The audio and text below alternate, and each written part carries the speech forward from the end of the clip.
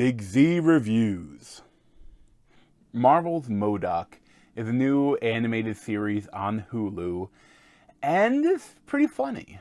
Time to change the world by bringing it to its knees! Attack! The future is M.O.D.O.K! M.O.D.O.K! And do you know what M.O.D.O.K stands for? Mental organism designed only For killing. For killing. So this mainly stars as the voice cast as Patton Oswalt as M.O.D.O.K. And I think this is supposed to be like a 4 different series about, like, comedic series about Marvel villains that I think pretty much fell apart. I think that even if this does really well, we're not going to get more of it. Because I think they were leading up to even, like, I forget, I'm drawing a blank on the name, but like the Evil Avengers sort of thing, like all in cartoon. But I think that fell through. And I think we're just, like, kind of getting this on Hulu.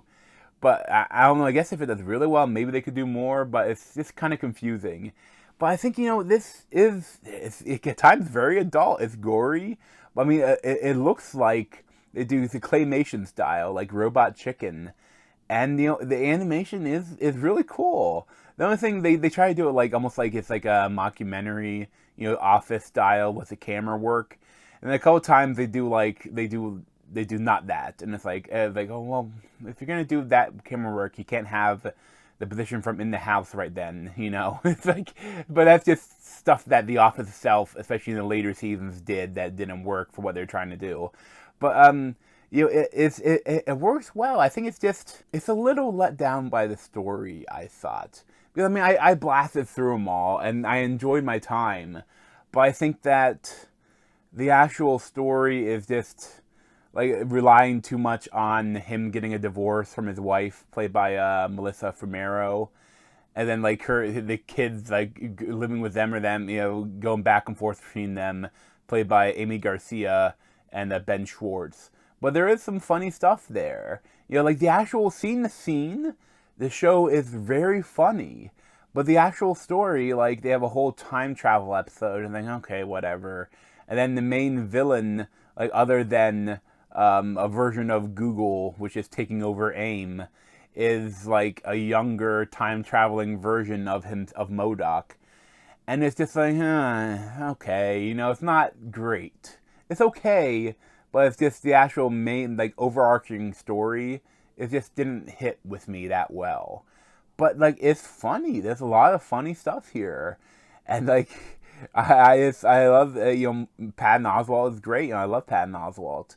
And there's some really funny stuff. There's a great voice cast. I mean, there's a lot of good things here. I think it's just, I don't know, I don't need to see more. Like, I'm happy with what I saw, and I'm good with it. If there isn't any more, I'm good.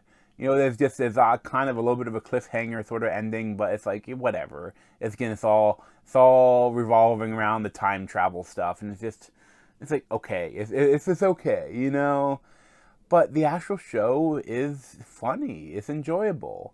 Like, scene to scene, there's a lot of funny stuff. It's just like I didn't love the main storyline. I like the interaction between the characters. Like, that stuff is all great.